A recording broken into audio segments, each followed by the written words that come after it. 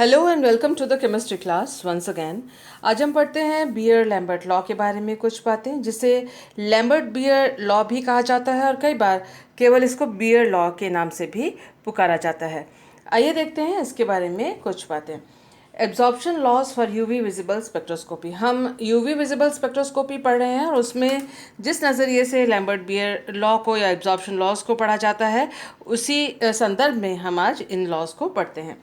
सबसे पहले जो बात है वो है कि I is equal to I A plus I T plus I R, जिसका अर्थ ये है कि इंटेंसिटी ऑफ इंसिडेंट लाइट, यानी जो आपतित किरण है वो अगर किसी सॉल्यूशन में से, ट्रांसपेरेंट मीडियम में से निकलती है, ट्रांसपेरेंट का मतलब अवशोषण तो होगा लेकिन किरण जो है वो आर पार, या रे जो है वो आर पार जा सकती है, वैसे मीडियम को ट्रांसपेरेंट मीडियम कहा जाता है। और वो जो intensity of the incident ray, यानी आपतित किरण का जो इंटेंसिटी या तीव्रता होती है, वो कई भागों में बढ़ जाती है। उसमें से एक एब्जॉर्ब हो जाता है हिस्सा, कुछ हिस्सा ट्रांसमिट हो जाता है यानी आर पार हो जाता है, पारगम्यता होती है मीडियम में, और कुछ जो है वो रिफ्लेक्टेड हो जाता है। तो सबको अगर हम ऐड कर दें तो इंटेंसिटी ऑफ द तीव्रता ऑफ द इंसिडेंट रेडिएशन, आपतित किरण, निकलता है।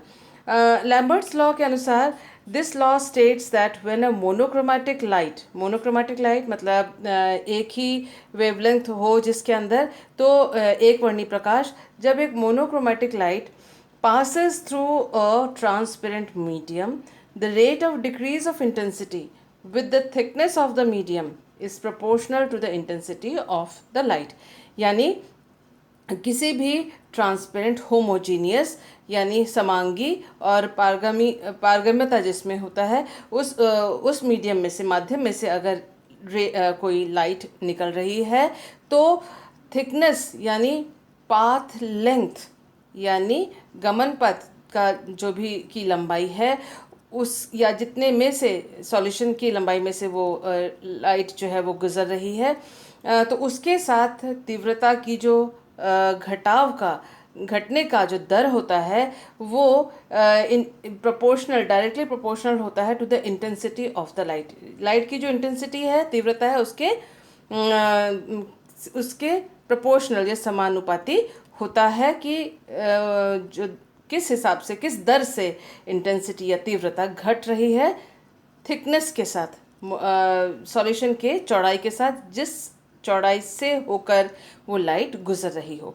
तो इसको दूसरी तरह से ऐसे भी कहा जाता है, Lambert's law can also be stated that as that the intensity of the emitted light, बाहर इमिट होने वाली जो लाइट है, डिक्रीजेस एक्सपोनेंशियली ये डिक्रीज होता है, और as the thickness of the absorbing medium increases arithmetically. ये एब्जॉर्बिंग माध्यम है, अवशोषण करने वाला माध्यम है, जैसे जैसे ये अरिथमेटिकली इंक्रीज होता है, वैसे वैसे तीव्रता लाइट की जो ट्रांसमिट हो रही है एक्सपोनेंशियली डिक्रीज होती है। तो इन दोनों बातों को किस प्रकार से दिखाया गया है, आइए देखते हैं। देखिए, लैम्बर्ट ये है -di बाई डी टी, यानी किस दर से थिकनेस के साथ इंटेंसिटी का डिक्रीज होना, उसका rate of decrease of intensity with thickness is directly proportional to intensity, उसके इंटेंसिटी के जो लाइट का जो इंटेंसिटी है उसके समानुपाती है, प्रोपोर्शनल है। इसका अर्थ ये है कि अगर हम किसी माध्यम को, जिसमें से लाइट जा रही है, गुजर रही है, यहाँ से यहाँ निकल रही है, इसमें से होकर, तो इस माध्यम को अगर हम बराबर के हिस्सों में बांट देते हैं, तो प्रत्येक जो हिस्सा होगा वो बराबर इक्वल मात्रा में इस लाइट को अवशोषित करेगा। तो ये इसका एक और अर्थ है लैम्बर्ट्स लॉ के स्टेटमेंट का। तो किस प्रकार से कहा जाता है ये? Lambert's law means that any layer of given thickness, दिए गए किसी थिकनेस, मतलब कोई निश्चित थिक चौड़ाई या मोटाई किसी माध्यम की, of a homogeneous medium absorbs the same fraction of light incident on it. तो वो जो लाइट आपतित इसके ऊपर हो रही है, इस माध्यम से निकल रही है होकर, उसका समान फ्रैक्शन, अनुपात, अंश ये जो है जो लेयर्स हैं, स्तर हैं, ये समान अंश, समान फ्रैक्शन, इक्वल रेशियो एब्जॉर्ब करेंगे। तो ये भी लैम्बर्ट लॉ का अर्थ है। यहाँ जो रिलेशन है, उस रिलेशन में यहाँ I is intensity of the incident light of the wavelength lambda. Lambda यहाँ फिक्स होना चाहिए, साथ ही साथ टेम्परेचर भी फिक्स होना चाहिए, सॉल्वेंट भी सही रहना चाहिए, रिएक्शन जो ऑब्जर्वेशन के कंडीशंस हैं, इस एक्सपेरिमेंट को करने के कंडीशंस हैं, वो फिक्स्ड कंडीशंस होने चाहिए, और स्थिर रहने चाहिए सारे कांस्टेंट्स। बाकी T is the thickness of the medium, जो जितनी थिकनेस से, जितनी मोटाई या जितना आप कह सकते हैं पाथ लेंथ, लाइट का जितना गमन का पथ है, वो ये थिकनेस है, या माध्यम की जो थिकनेस है वो टी से प्रदर्शित की गई है। और ये जो के है वो प्रोपोर्शनैलिटी कांस्टेंट है। Integrating the above equation and putting I is equal to I0 when T is equal to 0, इसका हम इंटीग्रेशन करते हैं। इंटीग्रेशन में जो लिमिट्स लगाते हैं वो T जो है इज इक्वल टू 0 से लेके T is equal to T, या फिर I0 से लेकर I तक की लिमिट हम इसमें लगाते हैं इंटीग्रेशन करने के टाइम पे, या समाकलन करने के टाइम पे। तो उसमें जो I0 यानी तब जब T इज इक्वल टू 0, यानी थिकनेस 0 है, थिकनेस 0 है, यानी यहाँ पर जहाँ के अभी तक वो पास नहीं हुआ है, ये तो थिकनेस है T, ये वाली जगह, लेकिन उससे पहले जो है तब T0 है, तब जो इंटेंसिटी या तीव्रता है I0 है, यानी इंसिडेंट रे की इनिशियल कंसंट्रेशन, आपतित जो किरण है उसका इनिशियल कंसंट्रेशन। तो ये लिमिट्स अगर हम डालें तो फिर हम जो हमें जो इक्वेशन मिलेगा इससे वो है ln I0 upon IT is equal to KT। तो यहाँ जो I0 है इंटेंसिटी ऑफ इंसिडेंट लाइट है, आपतित किरण की तीव्रता है, और IT है intensity of the transmitted light. जब लाइट यहाँ से पार हो जाती है तो उसका जो इंटेंसिटी है वो IT, जो कि I0 से कम होती है, क्योंकि कुछ यहाँ पर अवशोषित हो गया है, कुछ अंश, कोई हिस्सा।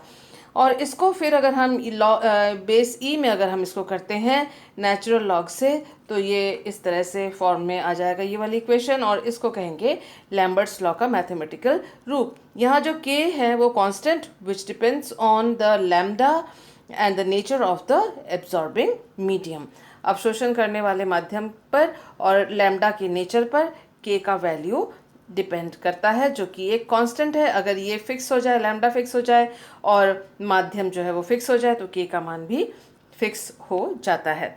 तो इस जानकारी के साथ आइए देखते हैं फर्दर चीज़।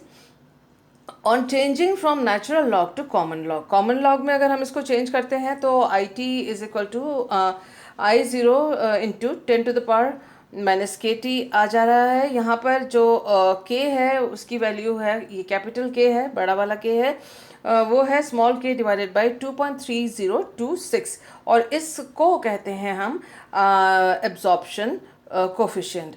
अब आप देख सकते हैं कि also IT by I0 is 0.1, अगर हमने बेस 10 में लेके रखा है, और that is equal to k to the power minus 10 to the power minus KT। तो इस तरह से हम देख सकते हैं कि फर्दर ये जो रिलेशन है इसका अर्थ ये है कि KT इज इक्वल टू 1, अगर यहाँ से आप चलते हैं, और इसका अर्थ ये भी है कि KT is inversely proportional to K is inversely proportional to T। तो K और T एक दूसरे के इन्वर्सली प्रोपोर्शनल हैं, ये भी इसका अर्थ है। तो अब इससे हम ये कह सकते हैं, इन सब जो कैलकुलेशंस हैं उनसे हम ये कह सकते हैं absorption coefficient K is the reciprocal of the thickness. Reciprocal of the thickness, reciprocal means 1 by T of thickness.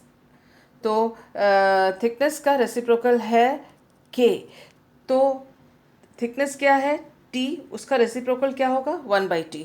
तो reciprocal of the thickness which is required to reduce the light to 1/10 of its intensity, यानी जो absorption जो है वो reciprocal, absorption coefficient K जो है वो reciprocal है थिकनेस के उतने थिकनेस के जितना कि जो इंटेंसिटी है लाइट की, जो तीव्रता है I0 की, उसको 1/10 तक घटा दिया जाए। The ratio IT by I0 is the fraction of incident light transmitted by the thickness T centimetre. ये जो IT by I0 है वो इस थिकनेस के द्वारा, T के द्वारा ट्रांसमिटेड जो फ्रैक्शन है, अंश है इंसिडेंट लाइट का, और इसको हम T से ट्रांसमिटेंस के नाम से पुकारते हैं। इसमें देखिए transmitted by the thickness T centimeter of the medium, and it is called as the transmittance. The reciprocal of T is 1 by T.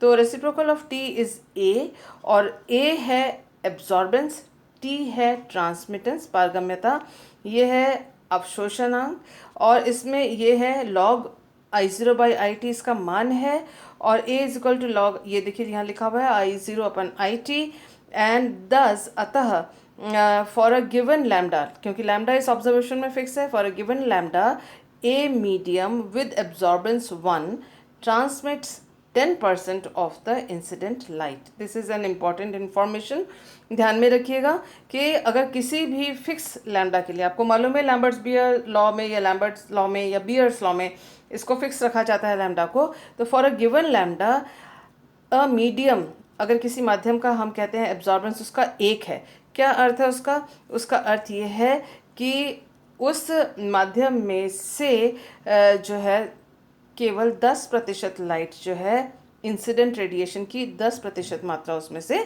Transmit होती है अगर एब्जॉर्बेंस 1 है तो। और ये भी मालूम है कि absorbance is directly proportional to T, जो कि थिकनेस, यानी थिकनेस ज़्यादा होगी तो अवशोषण भी लाइट का ज़्यादा होगा। तो ये एक इन्फॉर्मेशन इम्पॉर्टेंट है जिसको आप ध्यान में रखिएगा। Next law is bears law. Bears law को भी जिस तरह से हमने लैम्बर्ट्स लॉ को लिखा है मैथमेटिकली, उस तरह से बियर्स लॉ को भी लिखेंगे, लेकिन इसमें सिर्फ हम थिकनेस की जगह हम कंसंट्रेशन का इस्तेमाल करेंगे, और स्मॉल के जो कांस्टेंट था उसकी जगह हमने स्मॉल के प्राइम का इस्तेमाल किया हुआ है। बाकी जो है डेरिवेशन जो मैथमेटिकल आपने लैम्बर्ट्स लॉ में देखा था, सेम टू सेम आप यहाँ बियर्स लॉ में एक्सक्यूज़ में लिखेंगे, और टी की जगह सी यानी कंसंट्रेशन का इस्तेमाल करेंगे। हमें ये मालूम है कि अगर किसी माध्यम में से लाइट गुजर रही है, ये इंसिडेंट लाइट है I0, और निकलने वाली लाइट जो है ट्रांसमिटेड लाइट है IT, तो इंसिडेंट लाइट की तीव्रता तो ज़्यादा होती है, और ट्रांसमिटेड लाइट की अवशोषण के पश्चात, माध्यम के द्वारा अवशोषण के पश्चात ट्रांसमिटेड लाइट की इंटेंसिटी कम होती है, ये हमें मालूम है। और कितना अवशोषित होगा वो डिपेंड करेगा कि यहाँ पर सांद्रता कितनी है। अगर ये एब्जॉर्बिंग मटेरियल है, यानी लाइट अवशोषण करने वाला मॉलिक्यूल का सॉल्यूशन है, तो यहाँ जितना ज़्यादा उसका कंसंट्रेशन होगा उतनी ही ज़्यादा एब्जॉर्प्शन होगी और उतनी ही कम ट्रांसमिटेड लाइट की इंटेंसिटी होगी। ये बात वैसी ही है जैसे कि अगर हमने इंसिडेंट लाइट लैम्बर्ट लॉ में लिया था कि अगर कम थिकनेस है, अगर जैसे मान लीजिए कम थिकनेस का लाइट सॉल्यूशन है, इतनी सी जगह से लाइट जा रही है I0, और एक और माध्यम है जो इतना ज़्यादा उसका थिकनेस है, उसमें से यही I0 निकाला है, वही लैम्डा यूज़ किया है, सेम टू सेम कंसंट्रेशन का सॉल्यूशन यूज़ किया है, तो यहाँ जो ट्रांसमिटेड लाइट निकलेगी उसकी जो इंटेंसिटी होगी कम, और यहाँ जो निकलेगी ट्रांसमिटेड इंटेंसिटी उसकी इसके तुलना में इंटेंसिटी ज़्यादा होगी, क्योंकि यहाँ पाथ लेंथ है कम, यहाँ पाथ लेंथ है ज़्यादा, यहाँ थिकनेस है कम, यहाँ थिकनेस है ज़्यादा। ठीक इसी ये बात थी लैम्बर्ट लॉ की जो हमने अभी पढ़ी थी इससे पहले, और ठीक वैसे ही यहाँ पर, और ये कॉमन सेंस की बात है, आपको भी मालूम है कि अगर हमने दो कवर्ट्स ले लिए और सेम लैम्डा यूज़ किया, सेम I0 यूज़ किया, और दोनों में कंसंट्रेशन में ही सिर्फ अंतर है, और बाकी सारा मॉलिक्यूल भी सेम है, सॉल्वेंट भी सेम है, टेम्परेचर भी सेम है, तो अगर I0 दोनों का सेम है तो यहाँ अगर कंसंट्रेशन है ज़्यादा तो यहाँ से निकलने वाली जो ट्रांसमिटेड लाइट होगी उसकी तीव्रता होगी कम। यहाँ अगर कंसंट्रेशन कम है यानी डाइल्यूट सॉल्यूशन लिया हुआ है तो यहाँ जो लाइट निकलेगी उसकी इंटेंसिटी होगी ज़्यादा। तो ये बेसिक बातें हैं, उन्हीं का ही मैथमेटिकल रूप है, लेकिन ये ध्यान रखना है कि लैम्डा यहाँ कांस्टेंट होना चाहिए और होमोजीनियस मीडियम होना चाहिए, टेम्परेचर कांस्टेंट होना चाहिए, यानी मोनोक्रोमैटिक लाइट होनी चाहिए, होमोजीनियस मीडियम होना चाहिए और तब जाके टेम्परेचर कांस्टेंट होना चाहिए। कविट का साइज सेम होना चाहिए ऑब्जर्वेशन के दौरान। अगर हम जो बियर्स लॉ का के संबंध में पढ़ रहे हैं तो देखिए, bears law states that the intensity of a beam of monochromatic light, यानी बियर्स लॉ के अनुसार जो मोनोक्रोमैटिक लाइट, एक वर्णी प्रकाश की जो तीव्रता है, decreases exponentially as the concentration of the absorbing substance increases arithmetically। तो जो लाइट है उसकी जो इंटेंसिटी है, तीव्रता है, वो डिक्रीज करेगी एक्सपोनेंशियली, यदि एक्सपोनेंशियली डिक्रीज करेगी यदि कंसंट्रेशन जो है वो अर्थमेटिकली इंक्रीज हो। तो इसी बात को जैसे हमने लैम्बर्ट्स लॉ में लिखा था वैसे ही यहाँ हमने इसको रिलेशन को लिखा है। सेम स्टेप्स, सी की जगह वहाँ लैम्बर्ट्स लॉ में सी की जगह टी था, या आप कह सकते हैं लैम्बर्ट्स लॉ के टी की जगह हम सी लिख लें तो बियर्स लॉ का डेरिवेशन या मैथमेटिकल फॉर्मूलेशन या आ जाएगा। तो यहाँ पर that is equal to I is equal to I T is equal to I zero into 10⁻⁻ K prime, ये के कैपिटल है, के प्राइम सी। यहाँ सी जो है कंसंट्रेशन ऑफ द सॉल्यूशन है और के छोटा वाला के प्राइम एंड बड़ा वाला K prime are the constants. Combining both the laws, ये जो है ये बियर्स लॉ है जैसे वो लैम्बर्ट्स लॉ था। तो कंबाइनिंग बोथ द लॉज, दोनों लॉज को अगर हमने कंबाइन किया तो हमको ये मिलता है। आप देखिए कि जो इंटेंसिटी है वो एक्सपोनेंशियली डिक्रीज करेगी यदि कंसंट्रेशन और थिकनेस मैथमेटिकली इंक्रीज करता है। तो लॉग लेने पर इसका लॉग लेने पर हमको ये रिलेशन मिलता है और यहाँ जो ए है एक नया कांस्टेंट हमने इसमें यूज़ किया है जब हमने दोनों लॉज को कंबाइन किया। तो दिस इज़ जो है और this is Lambert's bears law का मैथमेटिकल फॉर्मूलेशन। आइए इसके बारे में एक दो बातें और जान लेते हैं। लैम्बर्ट बियर लॉ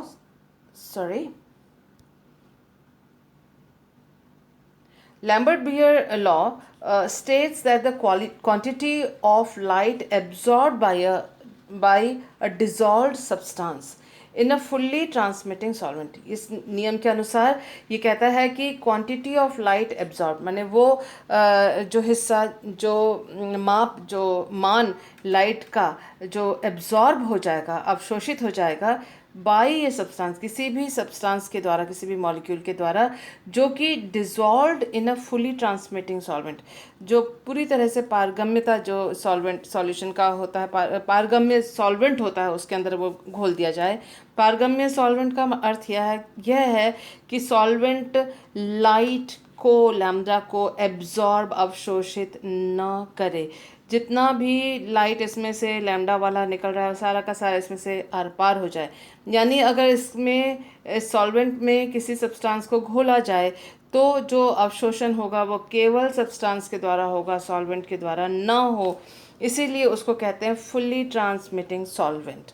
तो उसका मतलब ये कहा जा रहा है कि states that the quantity of light absorbed bye a substance dissolved in a fully transmitting solvent, अगर जो मान है लाइट का, जो क्वांटिटी है लाइट की जो एब्जॉर्ब की जाएगी किसी भी सब्सटेंस या यौगिक के द्वारा जो कि एक फुल्ली ट्रांसमिटिंग या ट्रांसपेरेंट सॉल्वेंट के में घुला हुआ हो, तो वो जो लाइट एब्जॉर्ब होगी उसका मान उसकी quantity is directly proportional to concentration of the substance. जितना ज़्यादा कंसंट्रेशन होगा सब्सटेंस का, सॉल्यूशन का, उतना ज़्यादा एब्जॉर्ब होगी light, and the path length of the light. और दूसरी बात है कि कितनी दूर तक, कितनी लंबी दूरी तक, कितना पथ उसने कवर किया, लाइट ने कितना पाथ लेंथ कवर किया उस सॉल्यूशन में से। ज़्यादा दूर तक जाएगा ज़्यादा एब्जॉर्ब करेगा, कम दूर तक जाएगा कम एब्जॉर्ब करेगा। तो ये लैम्बर्ट बियर लॉ का स्टेटमेंट है, जिसे जो कि इजी सा स्टेटमेंट है और समझा भी आराम से समझ में आने वाला स्टेटमेंट है। when C is in moles per dm cube, तो अगर डेसीमीटर क्यूब में, अगर मोल्स पर डेसीमीटर क्यूब में अगर कंसंट्रेशन को हमने लिया है और T जो है थिकनेस सेंटीमीटर में लिया है, उस वक्त A is given by the symbol epsilon, जिसको कि मोलर एक्सटिंक्शन कोफिशिएंट कहा जाता है। तो ये जो मोलर एक्सटिंक्शन कोफिशिएंट है वो डिपेंड करता है लैम्डा, तीन चीज़ों के ऊपर खासतौर से। लैम्डा कौन सा उसका वेवलेंथ है लाइट का, टेम्परेचर क्या है, और नेचर ऑफ द सॉल्वेंट। इन तीनों चीज़ों के ऊपर ई का वैल्यू, मोलर एक्सटिंक्शन कोफिशिएंट का वैल्यू डिपेंड करता है। तो दिस इज़ इम्पॉर्टेंट इन्फॉर्मेशन जो कि पूछा जाता है। आगे देखते हैं।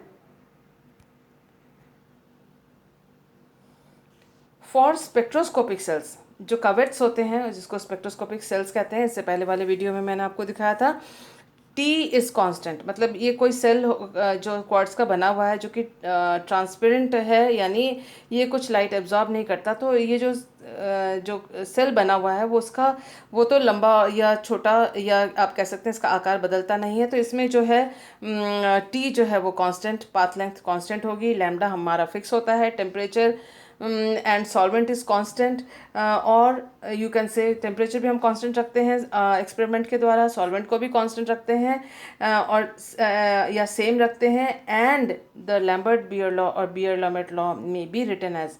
तो जिस स्पेक्ट्रोस्कोपिक सेल्स, यानी जब हम स्टडी करते हैं यूवी स्पेक्ट्रोफोटोमीटर के इंस्ट्रूमेंट के अंदर जिसमें हम अपना सॉल्यूशन रखते हैं ऑब्जर्वेशन के लिए, उसको हम कहते हैं स्पेक्ट्रोस्कोपिक सेल। उस स्पेक्ट्रोस्कोपिक सेल के लिए जहाँ की ये चीज़ें मानी जा रही हैं कांस्टेंट हैं, तो बियर लैम्बर्ट लॉ को हम इस प्रकार से भी लिख सकते हैं। कैसे? C concentration is directly proportional to log I0/IT के हिसाब से भी लिख सकते हैं, अथवा concentration is inversely proportional to transmittance, ये भी लिख सकते हैं। या फिर हम लिख सकते हैं concentration is directly proportional to absorbance. तो इस तरह से जो है लैम्बर्ट बियर लॉ को लिखा जाता है और फिर उसका उपयोग किया जाता है to find out the concentration of unknown solution. इंसान की प्रकृति ये है, प्रवृत्ति भी यही है कि कोई भी काम जब तक उसमें से कुछ भी फ़ायदा ना निकले तो फिर वो नहीं करता है। तो आप देखें कि लैम्बर्ट बियर्स लॉ का भी क्या फ़ायदा है, कुछ ना कुछ फ़ायदा होगा। वो ये कि अज्ञात जो सॉल्यूशन है उसकी सांद्रता कितनी है उसको पता करने के लिए लैम्बर्ट बियर लॉ को यूज़ किया जाता है। उसमें इस चीज़ का इस्तेमाल किया जाता है, या फिर आप कह सकते हैं इसका इस्तेमाल किया जाता है या इसका इस्तेमाल किया जाता है। तो अधिकतर हम एब्जॉर्बेंस को यूज़ करते हैं अपने लैब में, और ये है एप्लीकेशन लैम्बर्ट बियर लॉ का। देखिए यहाँ एब्जॉर्बेंस हमने लगाई है, यहाँ कंसनट्रेशन जो है वो रखा है एक्स एक्सिस में और वाई एक्सिस में। अब आप देखें कि ये जो डॉट्स हैं ये हमने निश्चित कंसंट्रेशन के सॉल्यूशन बनाया, उसके ऑब्जर्वेशन पता की और उसको यहाँ डॉट लगाया, पॉइंट लगाया। फिर एक किसी निश्चित कंसंट्रेशन का ज्ञात सॉल्यूशन बनाया, इंस्ट्रूमेंट में रखा, उसका एब्जॉर्प्शन पता पड़ा तो हमने ये वाला बिंदु बनाया।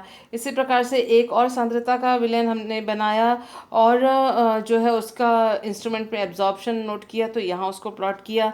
इस तरह से एक और हमने कंसंट्रेशन का, अलग कंसंट्रेशन का सॉल्यूशन बनाया, उसी यौगिक का, वही लैम्डा यूज़ किया, वही टेम्परेचर, वही कावेट, वही इंस्ट्रूमेंट, सारी चीज़ें फिक्स रखी हैं, सिर्फ कंसंट्रेशन को चेंज किया है। तो ये वाला बिंदु आया। तो आप देखें कि 3-4 बिंदु आ जाते हैं, तो हमने उसमें से स्ट्रेट लाइन निकाली। हमें मालूम है कि जैसे जैसे कंसंट्रेशन बढ़ रहा है वैसे वैसे एब्जॉर्प्शन भी बढ़ रहा है। तो जैसे जैसे कंसंट्रेशन बढ़ रहा है वैसे वैसे एब्जॉर्प्शन ऑफ लाइट बढ़ रही है, यही तो कहता है बियर्स लॉ। और इस तरह से एक ग्राफ बनती है। अब हमारे पास इसी यौगिक का, जिसका हमने ये सारे पॉइंट्स बनाए और सारे एब्जॉर्प्शंस लिए, उसी यौगिक का अगर कोई अज्ञात सॉल्यूशन आता है तो उसका कंसंट्रेशन क्या है ये पता करने के लिए हम उसका अवशोषण क्या आप कह सकते हैं एब्जॉर्बेंस, वो इंस्ट्रूमेंट से पता करते हैं। तो जैसे उसका एब्जॉर्बेंस हमें पता पड़ा, सीधी रेखा हमने इस तरह से डाली और जहाँ जाके ये टकराया इस ग्राफ से, उस जगह पे से हमने सीधे स्ट्रेट जो है सी एक्सिस के ऊपर जहाँ कंसंट्रेशन लिखा हुआ है उसके ऊपर सीधी लाइन डाली। डालने से हमें पता पड़ गया कि अगर ये अवशोषणांक, ये एब्जॉर्बेंस था, तो यहाँ आके ग्राफ पे टकराया, इस पॉइंट से नीचे लाइन आई, तो ये जगह है, ये है अज्ञात सॉल्यूशन का कंसंट्रेशन। इस तरह से हम किसी भी अननोन सॉल्यूशन का कंसंट्रेशन पता कर सकते हैं, बशर्ते हमें उस अननोन कंसंट्रेशन का जो सॉल्यूशन है वो हमें मालूम हो कि वो किस चीज़ का सॉल्यूशन है, कि MnO4 का सॉल्यूशन है, कि पोटेशियम डाइक्रोमेट का सॉल्यूशन है, या किसी डाई का सॉल्यूशन है। तो हमें उस यौगिक का पता होना चाहिए, लेकिन उसकी सांद्रता क्या है वो अगर हम पता करना चाहें तो लैम्बर्ट बीएस लॉ का या यूवी स्पेक्ट्रोफोटोमीटर का इस्तेमाल करके हम उसका कंसंट्रेशन पता कर सकते हैं, जो कि एक एप्लीकेशन भी है और हम जो अपने लैब में भी इस काम को करते हैं। नेक्स्ट देखिए limitation of Beer Lambert law. Beer Lambert law की कुछ सीमाएं हैं वो देख लेते हैं।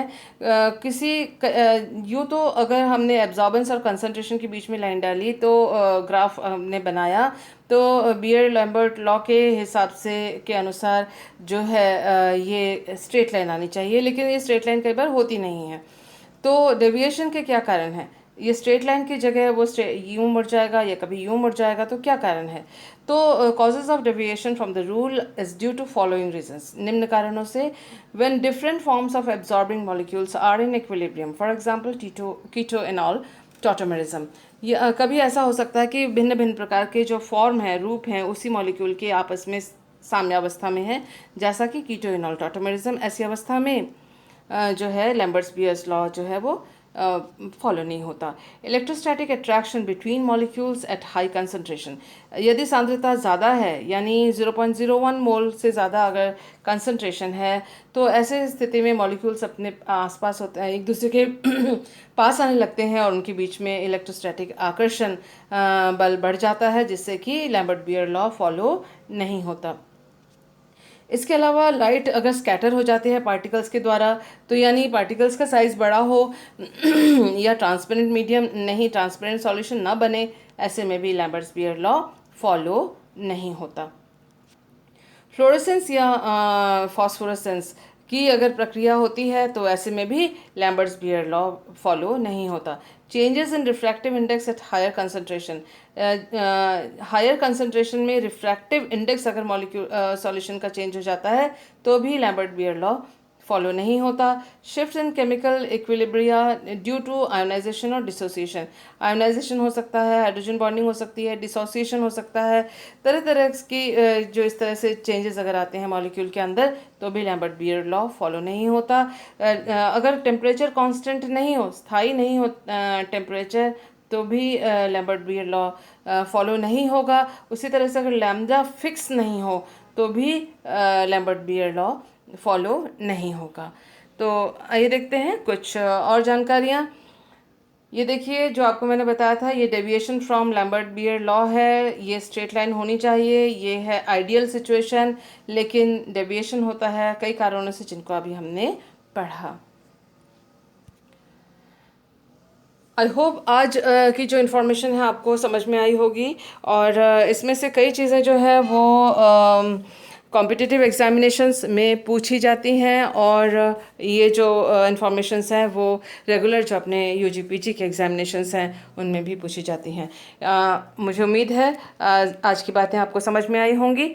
फिर भी कोई प्रॉब्लम रहे तो मुझे कांटेक्ट कीजिएगा regarding this topic. Thank you for being with me.